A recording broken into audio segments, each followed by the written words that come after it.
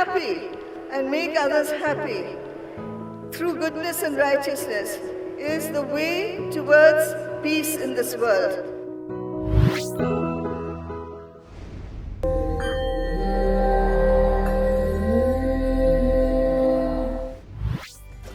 प्राध्यापक हरी नरके फुले आंबेडकर चळवळीचे अभ्यासक म्हणून त्यांची ओळख आहेच, शिवाय ते कुशाग्र अभ्यासक लेखकही आहेत।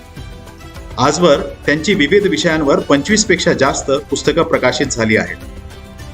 प्राध्यापक नरके यांचा वाचनाचा प्रचंड व्यासंग लक्षात घेता MIT वर्ल्ड पीस युनिव्हर्सिटीचे संस्थापक अध्यक्ष डॉक्टर विश्वनाथदा कराड यांनी त्यांच्याकडे विश्व ग्रंथालयाची जबाबदारी सोपवली आहे।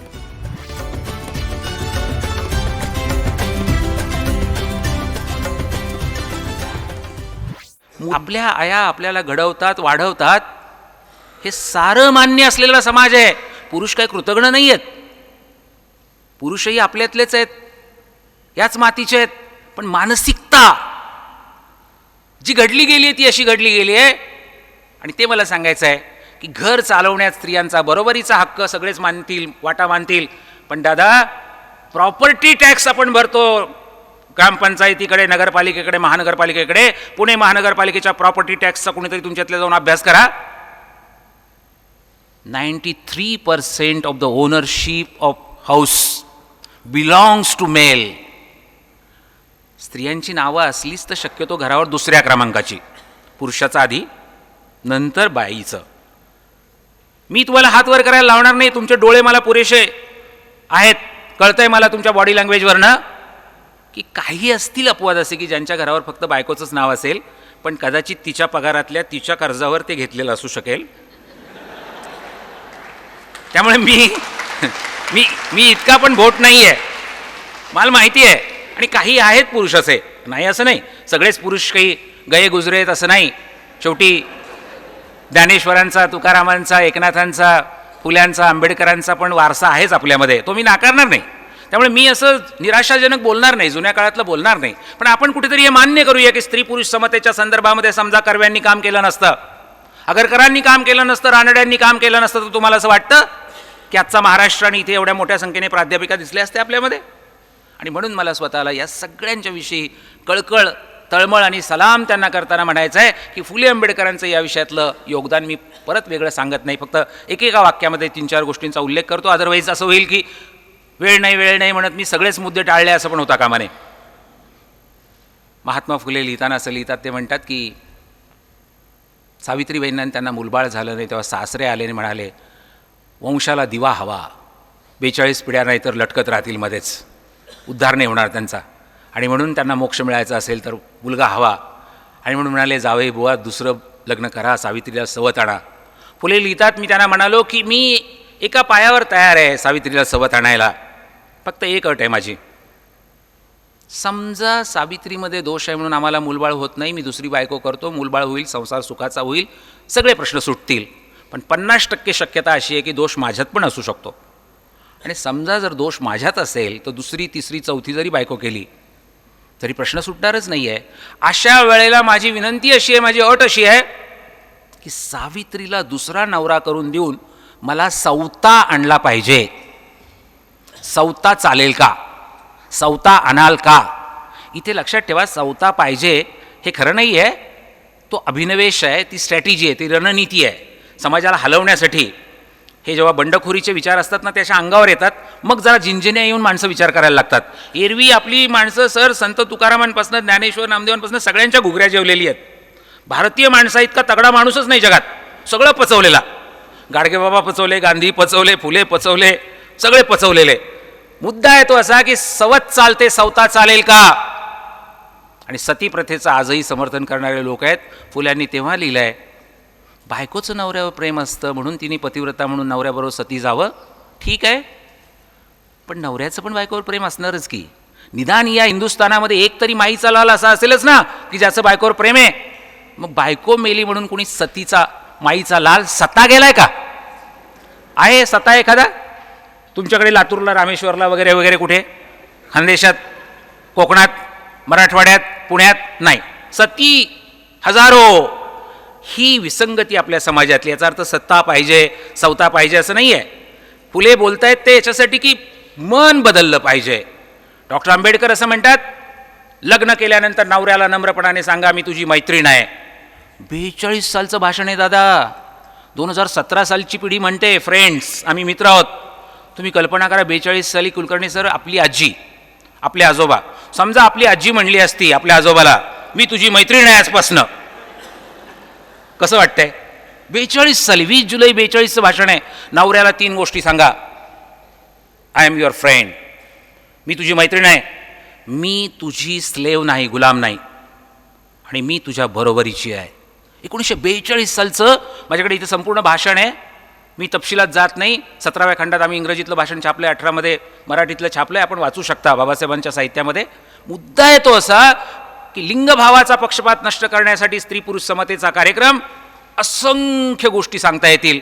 आपण कार्यक्रमांकडे जाऊया. तिसरा कार्यक्रम जो आहे तो आहे अर्थातच रिडिस्ट्रीब्युशन ऑफ रिसोर्सेस.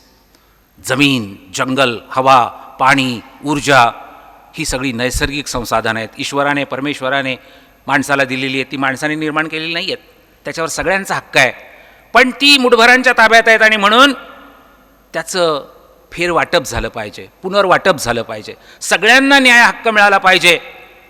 चौथा मुद्दा ते सांगतात जाती निर्मूलन, आणि प्रामुख्याने विवाह संस्थेने जाती संस्था जोपासली म्हणून इंडोगेमी, जाती अंतर्गत लग्न याच्याऐवजी आंतरजातीय विवाहाला सुद्धा प्रोत्साहन, त्याचा सुद्धा आग्रह इथे मला आपल्याला सांगायचं आहे. की महात्मा फुल्यांनी दादा ते ब्राह्मणद्वेष्टे होते, ब्राह्मणद्वेष्टे असं सांगितलं जातं सतत, ते खरं नाही आहे. पण त्यांनी एका ब्राह्मण विधवेचा मुलगा दत्तक घेतला. मी चुकत असेल तर मंचावरचे आणि खालचे सुद्धा लोक मला दुरुस्त करतील. माझी अशी समजूत आहे, माझी अशी धारणा आहे की फुल्यांच्या काळातल्या माळी लोकांना मुलं होत असावीत. त्यामुळे एखादा मुलगा माळ्याचा दत्तक घेता आला असता फुल्यांना. का असं होतं की त्यावेळेच्या माळ्यांना मुलंच होत नव्हती बुवा महाराष्ट्रातल्या. मग आत्ता कशी काय आहेत माळी महाराष्ट्रामध्ये? म्हणजे दत्तकच घ्यायचं असतं तर फुल्यांना त्यावेळेला उपलब्ध होता मला असं वाटतं एखादा तरी ना. पण फुले जेव्हा ब्राह्मण विधवेचा मुलगा दत्तक घेतात आणि त्याला आपली इस्टेट मिळावी म्हणून मृत्यूपत्र लिहून ठेवतात. ते मृत्यूपत्र मी शोधून काढलं आहे पुराभिलेखागारामधनं, आणि ते सत्यमेव जयतेने सुरू होतं. आणि दादा त्याच्यावर भांडारकर नावाच्या ब्राह्मणाची साक्षीदार म्हणून सही घेतात फुले.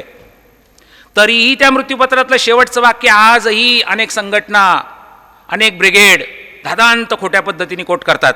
माझ्याच समोर करतात, इतरांसमोर तर करतातच करतात. ब्राह्मणाची सावली पडू देऊ नका असं फुले म्हणाले. सॉरी, फुल्यांनी असं लिहिलं आहे. ओरिजिनल मृत्यूपत्र मी शोधलं आहे, आपण बघा, छापलं आहे आम्ही, मोडी लिपीमध्ये आहे ते. फुले म्हणतात जे ब्राह्मण जाती वर्चस्व मानत असतील, जे आजही स्त्रियांना, शूद्रांना, अतिशूद्रांना हलकं मानत असतील, दास मानत असतील, त्यांची सावली माझ्या अंगावर पडू देऊ नका. आणि यात काही चुकीचं नाही आहे, यात काहीही चुकीचं नाही. असं करणारा कुणीही असू द्या, तो ब्राह्मणच असायला पाहिजे असं काही नाही. जाती वर्चस्व मानणारा, इतरांना दास मानणारा कुणीही असो. फुल्यांना धडधडीतपणे खोटं कोट करून लोकांच्या समोर ठेवलं जातं. याच्यामागचं राजकारण मी परत परत आपल्याला सांगत होतो ते असं आहे की एका समाजाच्या विरुद्ध अख्ख्या देशाला, अख्ख्या समाजाला पेटवायचं आणि आपण सुखे नैवे फुले शाहू आंबेडकरांचा महाराष्ट्र म्हणत म्हणत राज्य करायचं, आरामात राज्य करायचं. इतकी मस्त पॉलिसी आहे ही, लावून द्यायचं. सगळे लागले कामाला आणि हे सुखाने राज्य करतायत.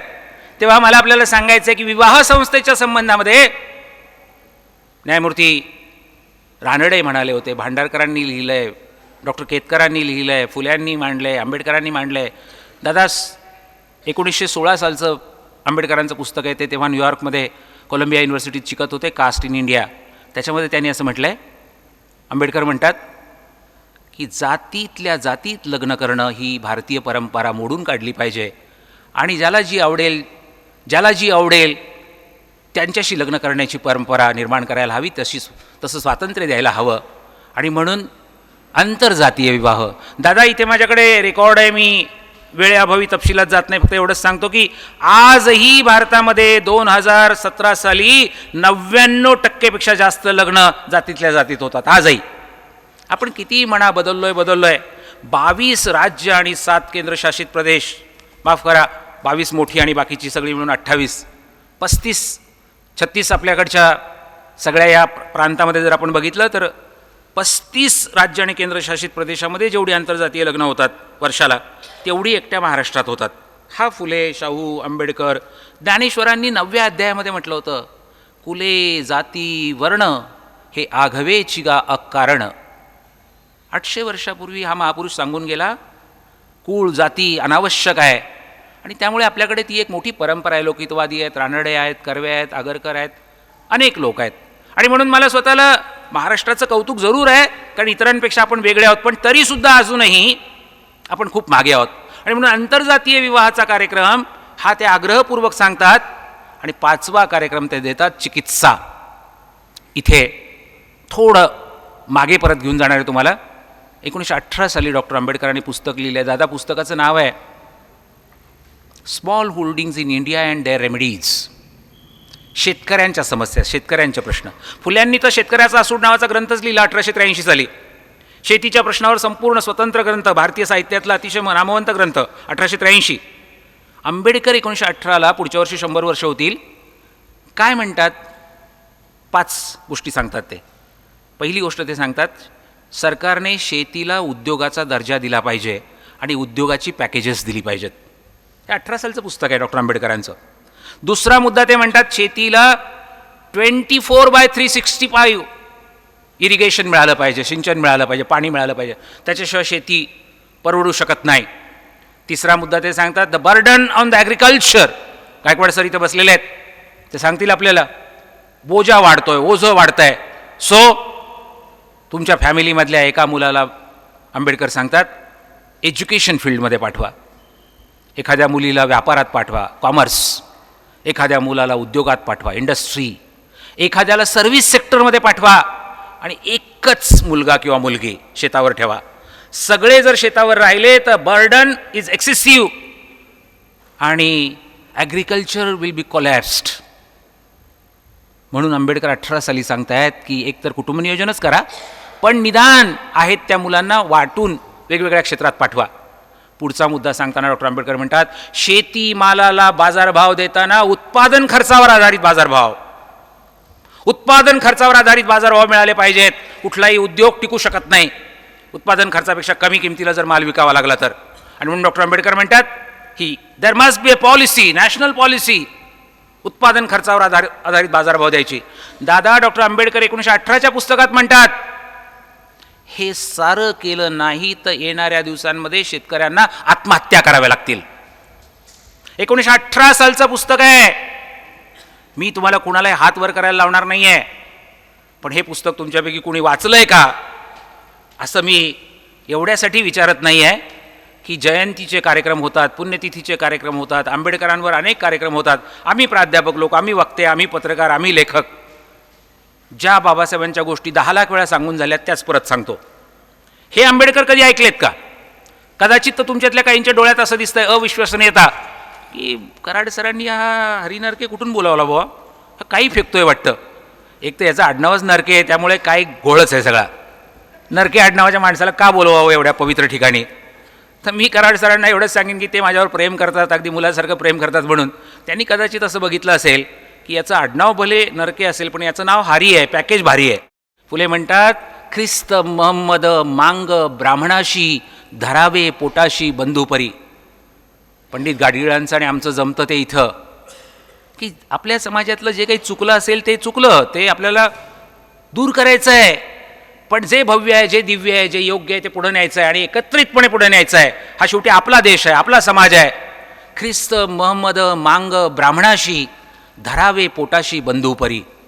हे फुले ब्राह्मणद्वेष्टे असू शकतात, जे आपली पहिली शाळा बिड्यांच्या वाड्यात काढतात, जे गोवंड्यांसोबत काम करतात. दादा, 1-2 गोष्टी सांगतोच मंडळींना. पहिली परीक्षा झाली ना शाळेची पुण्यामध्ये, ती विश्रामबाग वाड्याच्या चौकात होती. का माहिती आहे? कारण विश्रामबाग वाड्यात त्यावेळेला पुना कॉलेज होतं संस्कृतचं, इंग्रजांनी सुरू केलेलं. काही लोकांना विश्रामबाग वाडा माहीत नाही. चितळेचं मिठाईचं दुकान, हां म्हणजे आता कळलं बरोबर. तर किंवा तुळशीबाग, आपली तुळशीबाग, तर तिथे. तर पोलीस खात्याच्या रिपोर्टमध्ये कुलकर्णी सर काय लिहिलं आहे माहिती आहे? हे आर्काईव्समध्ये आहे बरं का, मी परत सांगतो. हा पुराबी लेखागारामध्ये, लंडनमध्ये, इंडिया ऑफिस लायब्ररीमध्ये आणि मुंबईच्या आर्काईव्समध्ये फाईल्स आहेत होम डिपार्टमेंटच्या. File number 153. पेज नंबर 9 त्याच्यावर लिहिलंय की मुलींची पहिली परीक्षा पुण्यात होणार होती. सो पुणे शहराच्या आसपास सगळीकडे पंचक्रोशीमध्ये चलो पुणे. कशाला?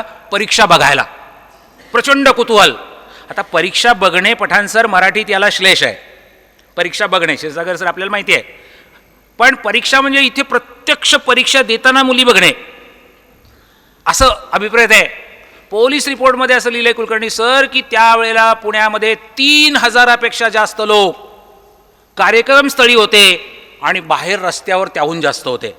आणि पुढचं वाक्य पोलीस डिपार्टमेंटचं आहे आणि पोलीस नेहमी आकडे कमी लिहितात म्हणून मी परत सांगतो तुम्हाला, ते कधी वाढवून लिहित नाहीत. एवढी गर्दी पुणे शहरात यापूर्वी कधीच जमली नव्हती. Historic event. आणि मग मुलींना प्रश्न विचारले गेले, मुलींनी उत्तरं दिली आणि एका मुक्ता साळवे नावाच्या मातंग समाजातल्या मुलीचा पहिला नंबर आला. कलेक्टरच्या बायकोच्या हस्ते तिला पुरस्कार. ती पोरगी आली स्टेजवर, कलेक्टरच्या पत्नीने एक मोठा बॉक्स दिला. आता खरं म्हणजे आपल्याला काय जे दिलं असेल पुरस्कारात ते घरी जाऊन बघायचं असतं, पण तिला माहीतच नाही, पूर्व उदाहरणच नाही ना पठाण सर, नो प्रेसिडेंट. त्यामुळे पहिल्यांदाच घडतंय. ती मुलगी रफ आहे. ती म्हटली तुम्ही मला बक्षीस म्हणून काय देताय? आता कलेक्टरच्या बायकोला कुठं माहिती होतं? तिने सावित्रीबाईने विचारलं. सावित्रीबाई म्हणाल्या 6 वर्षाची मुलगी आहे चिमुकली, तिला कपडे, गोष्टीची पुस्तकं, खाऊ आणि खेळणी असं आम्ही दिलेलं आहे. ती मुलगी असं म्हणाली, असं रिपोर्टमध्ये लिहिलं आहे, honourable sir, honourable madam, please don't give us prizes, give us a school library. मला शाळेचं ग्रंथालय पाहिजे, ते तुम्ही द्या. आणि म्हणून दादा तुम्ही जे विश्व ग्रंथालय निर्माण करतायत, आपण त्या दिवशी तुम्ही आम्हाला दाखवलं सगळं, अतिशय उत्तम काम करताय. माझी विनंती आहे तुम्हाला की तिथे आपण एक मुक्ताचं पण छायाचित्र लावूया, त्या लायब्ररीमध्ये. ही 6 वर्षाची चिमुरडी पोरगी म्हणाली मला शाळेचं ग्रंथालय पाहिजे. तिच्यामुळे ज्योतिरावांनी, सावित्रीबाईंनी, चिपळूणकरांनी, भिड्यांनी पहिलं शालेय ग्रंथालय सुरू केलं पुण्यामध्ये. त्या शाळेमध्ये सुरू केलं, भिडेवाड्यात सुरू केलं. मुद्दा आहे तो असा, आणि हा फार महत्त्वाचा आहे. मी राजाराम मोहन रॉय फाउंडेशनवर, ग्रंथालय फाउंडेशनवर काम केलं आहे, पठाण सर माहिती आहे तुम्हाला. त्या राजाराम मोहन रॉय फाउंडेशनचा ताजा 16-17 सालचा रिपोर्ट सांगतो, भारतामध्ये आज जेवढ्या लायब्ररी आहेत त्यातल्या 32% लायब्रऱ्या फक्त महाराष्ट्रात आहेत. 32%, 32% ऑफ टोटल. आणि त्याचं श्रेय पुन्हा ग्रंथसंस्कृती निर्माण करणारे रानडे असतील, लोकितवादी असतील, टिळक असतील, आगरकर असतील, फुले असतील, या सगळ्यांना आहे. आंबेडकरांचं ग्रंथप्रेम तर आपल्याला सगळ्यांना माहितीच आहे. त्या मुलीचे वडील दादा पुढे आले. तुमच्या संस्थेमध्ये तुम्ही वेगवेगळे उपक्रम करता म्हणून मुद्दाम तुम्हाला सांगतो, तुम्हालाही पालक येऊन भेटतात, कुलकर्णी सरांना, आमच्या मिलिंद पांडे सरांना किंवा क्षीरसागर सरांना, बाकी सगळ्यांना येऊन भेटतात. तर मी तुमचं लाडकं उदाहरण सांगतो. त्या मुलीचे आईवडील पुढे आले आणि ते म्हणले आम्हाला मुलीची काळजी वाटते हो. फुले म्हणाले काय झालं? नाही म्हणले रात्री 12 वाजले तरी पोरगी अभ्यासच करत बसते, डोक्यावर परिणाम झाला तर काय घ्या. आता मला सांगा, MIT वर्ल्ड पीस युनिव्हर्सिटीमध्ये किंवा आपल्या राजबागेमध्ये अनेक हुशार मुलं आहेत, पण तुमच्याकडे असा एखादा पालक येतो का हो 2017 साली की माझा मुलगा किंवा माझी मुलगी जास्त अभ्यास करते म्हणून मला काळजी वाटते? बघा आपल्याकडे मराठीत असं म्हणायची पद्धत आहे, पुला खालून पाणी वाहून गेले. आता नवीन भर म्हणजे पुलंही वाहून गेले. डॉक्टर बाबासाहेब आंबेडकर 20 जुलै 1942ला व्हॉइसरॉयच्या एक्झिक्युटिव्ह काउन्सिलमध्ये 10 खात्याचे कॅबिनेट मंत्री झाले. 10. त्यातले कामगार मंत्री म्हणून त्यांनी केलेलं काम सगळं आपल्याला माहिती आहे. पण त्याच वेळेला ते दादा पहिले सार्वजनिक बांधकाम मंत्री होते, सेंट्रल PWD. ते इरिगेशन मिनिस्टर होते. ते भारत सरकारचे पहिले ऊर्जा मंत्री होते, एनर्जी मिनिस्टर. हवाई वाहतूक खात्याचे मंत्री होते. आणि इतक्या महत्त्वाच्या खात्यांचे मंत्री म्हणून त्यांचं एक कटकचं भाषण फक्त मी तुमच्यासमोर ठेवणार आहे. डॉक्टर आंबेडकर त्या भाषणात असं म्हणाले, जर भारताला सुपर पॉवर शब्द वापरलाय त्यांनी त्यावेळेला, हे 1945 सालचं भाषण आहे. त्याच्यात ते म्हणतात भारताला जर सुपर पॉवर व्हायचं असेल तर इंडिया नीड्स डेव्हलपमेंट. आणि पुढे पॉज घेऊन म्हणाले, what is development? Very simple, बिजली सडक पाणी, नथिंग. बिजली सडक पाणी म्हणजे विकास आहे. आता तर सगळीच राजकारणी बोलत आहेत, सगळे पक्ष बोलत आहेत, निवडणूक प्रचारात तर सगळेच बोलतात बिजली सडक पाणी, बिजली सडक पाणी, बिजली सडक पाणी. पहिली 15 धरणं बांधण्याचं काम डॉक्टर आंबेडकरांनी कसं सुरू केलं? ऊर्जा निर्मितीच्या कामामध्ये डॉक्टर आंबेडकर म्हणाले, भारताचा ऊर्जा मंत्री म्हणून माझी प्रायोरिटी आहे, अक्षय ऊर्जा निर्माण केली पाहिजे. आणि पुढे म्हणाले एनर्जी, पण एनर्जी कशी? एका बाजूला अक्षय ऊर्जा, and India wants energy literacy, ऊर्जा साक्षरता. आणि म्हणून खात्याचा मंत्री म्हणून माझी जबाबदारी आहे, भारताला स्वस्त वीज मिळता कामा नये, भारताला जगातल्या सगळ्या देशांशी तुलना करता सर्वात स्वस्त वीज मिळाली पाहिजे, आणि ती मी देणार. खात्याचा मंत्री म्हणून माझी जबाबदारी आहे, ती मी स्वीकारतो. आणि वॉटर रिसोर्सेस मिनिस्टर, पाटबंधारे मंत्री म्हणून, इरिगेशन मिनिस्टर म्हणून ते म्हणतात, इंडिया नीड्स वॉटर लिटरसी. आणि 5 कामांसाठी पाणी मिळालं पाहिजे: drinking water, safe drinking water, healthy drinking water, first priority. 50% जास्त आजार आजही स्वच्छ पाणी मिळत नाही म्हणून डॉक्टर आंबेडकर आकडेवारी देतात. त्यावेळेला ओरिसामध्ये किती माणसं मेली दूषित पाणी पिऊन. आणि मग सगळं सांगतात की आम्हाला स्वच्छ पाणी प्यायला द्यायचं आहे. शेतीला सिंचन 24/365. तिसरं इंडस्ट्रीसाठी पाणी. चौथं प्रवास करायला पाण्याचा वापर करणं, नेव्हिगेशन, मरीन इंजिनिअरिंग. ते सांगतायत की तुम्हाला समुद्राचाच नुसता नाही, नद्यांचा, कॅनॉलचा रस्ता म्हणून कसा वापर करायचा त्या दृष्टीने मी बांधणी करतोय, त्या दृष्टीने मी आखणी करतोय. टुरिझमसाठी पाणी, वॉटर पार्क, मौज मजा, मस्ती, पाणी आवश्यक आहे. 5 गोष्टींसाठी पाणी पुरेसं मिळालं पाहिजे. आणि खात्याचा मंत्री म्हणून माझी जबाबदारी आहे, आणि मी ती स्वीकारली आहे. पहिली 15 धरणं बांधायचं काम सुरू केलं. दामोदरवरचं, महानदीवरचं, हिराकूडचं, सोनचं, ब्रह्मपुत्रा, दामोदर प्रोजेक्ट, हे सारे उत्तर भारतातले प्रकल्प डॉक्टर आंबेडकर. आजही दादा तिथे गेलं की बोर्ड पाहायला मिळतो खाली दगडामध्ये कोरलेलं. मंत्री डॉक्टर B.R. आंबेडकर यांच्या हस्ते हा स्टोन उभारला गेला. 15 धरणांची कामं. मी त्याची कागदपत्र माझ्याकडे इथे आहेत. मी म्हणालो ना मगाशी की 10 विषय, 10 लेक्चर्स. आता मी त्याच्यावरचे सगळेच तपशील आत्ता देऊन गेलो तर मग माझं पुढचं एक लेक्चर बुडालं की नाही. तर त्यामुळे मी फक्त एवढंच सांगतो तुम्हाला की एनर्जी, वॉटर रिसोर्सेस, सडक, रस्ते परियोजना, भारत जोडणारी, सिव्हिल एव्हिएशन, विमान वाहतुकीचं 2000 सालचं चित्र. आणि म्हणून दादा हे डॉक्टर आंबेडकर काय द्रष्टा माणूस आहे बघा. 10 नोव्हेंबर 38ला त्यांनी मुंबई विधिमंडळामध्ये बिल आणलं होतं, कुटुंब नियोजनाचं विधेयक. भारतामध्ये 3 माणसं त्या काळात फक्त कुटुंब नियोजनावर काम करत होती. एकाचं नाव JRD टाटा. मी त्यांना विचारलं आहे आणि त्यांनी मला सांगितलं आहे. मी त्यांच्यासोबत काम केलं 22 वर्ष. तुम्हाला सांगतो, JRD टाटा म्हणायचे, मी डॉक्टर आंबेडकरांना याच्यासाठी सॅल्यूट करतो की doctor Ambedkar was man with courage and mission. आणि ते म्हणाले असा दुसरा एकच माणूस होता, त्याचं नाव रधो कर्वे. आपल्या इथले कोथरूड पुण्याचे महर्षी कर्व्यांचा मुलगा पत्रकार रधो कर्वे. ध्यासपर्व यांच्यावर सिनेमा आला आणि समाज स्वास्थ्य नावाचं नाटक सध्या माझा मित्र अतुल पेठे त्याच्यावर करतो. डॉक्टर आंबेडकर, रधो कर्वे आणि टाटा 3च माणसं कुटुंब नियोजनाने झपाटलेली. डॉक्टर आंबेडकरांनी बिल आणलं 10 नोव्हेंबर 38ला. दादा जे बिल त्यांनी सभागृहात ठेवलंय त्या रेकॉर्डमधनं फक्त 1 मिनिट घेतो. त्या बिलामध्ये त्यांनी असं म्हटलंय की भारताची लोकसंख्या जर आत्ताच आपण रोखली नाही तर 2000 साल उजडेल तेव्हा आपण 100 कोटीपेक्षा जास्त झालेले असू. 38 सालीचं हे प्रोजेक्शन आहे. तुम्ही इथे अतिशय अभ्यासू प्राध्यापक बसलेला आहात, मला कल्पना आहे. मी तुम्हाला ओरिजिनल रेकॉर्डमधनं सांगतोय, विधिमंडळाच्या लायब्ररीमध्ये डॉक्टर आंबेडकरांचं हे बिल आहे, त्यांचं भाषण आहे.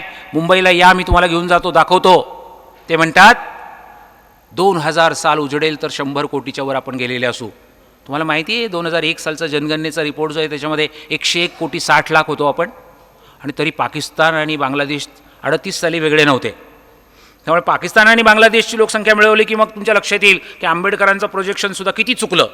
100 कोटीच म्हणले होते ते, खरं म्हणजे 140 कोटीच्या पुढं होतो आपण 2001 साली. मुद्दा आहे तो असा, ते म्हणाले की भारताला सर्वाधिक जर का काम करावं लागेल तर ते कुटुंब नियोजनावर काम करावं लागेल. आणि मग त्याची पंचसूत्री, award and punishment policy. John Rawls नावाच्या जागतिक विचारवंतांनी, तुम्हाला माहिती आहे, 1972 साली पुस्तक प्रसिद्ध केलं. नाव आहे थिअरी ऑफ जस्टिस. आणि त्या थिअरी ऑफ जस्टिसच्या 618 पानाच्या पुस्तकामध्ये त्यांनी न्याय कसा असतो, न्याय कसा मिळतो, न्याय ही संकल्पना काय आहे, तो एक समीकरण देतो, तो असं म्हणतो,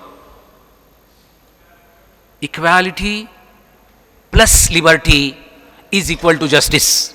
न्याय असायला हवा असेल तर तुम्हाला काय काय हवं? तो म्हणतो रास्त वाटप हवं, फेअर डिस्ट्रीब्युशन. आणि तो म्हणतो समता आणि स्वातंत्र्य असलं तरच न्याय असतो.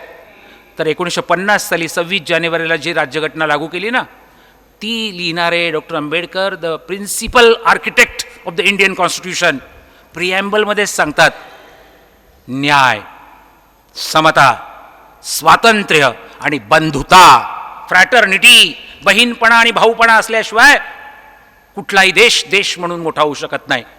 तुम्ही मला अतिशय शांतपणे आणि प्रेमाने ऐकून घेतलं, त्याच्याबद्दल तुमच्याविषयीची कृतज्ञता व्यक्त करतो. आदरणीय दादांच्याबद्दल, कराड सरांच्याबद्दल जितकं बोलावं तितकं कमी आहे. असा संस्थाचालक, उत्साही, स्वतः सहभागी होणारा, सतत बरोबर असणारा आणि कायम दूरदृष्टी ठेवून काम करणारा मला स्वतःला इथे तुम्ही बोलावलं त्याच्याबद्दलचा पुन्हा पुन्हा आदर आणि कृतज्ञता व्यक्त करावीशी वाटते. धन्यवाद.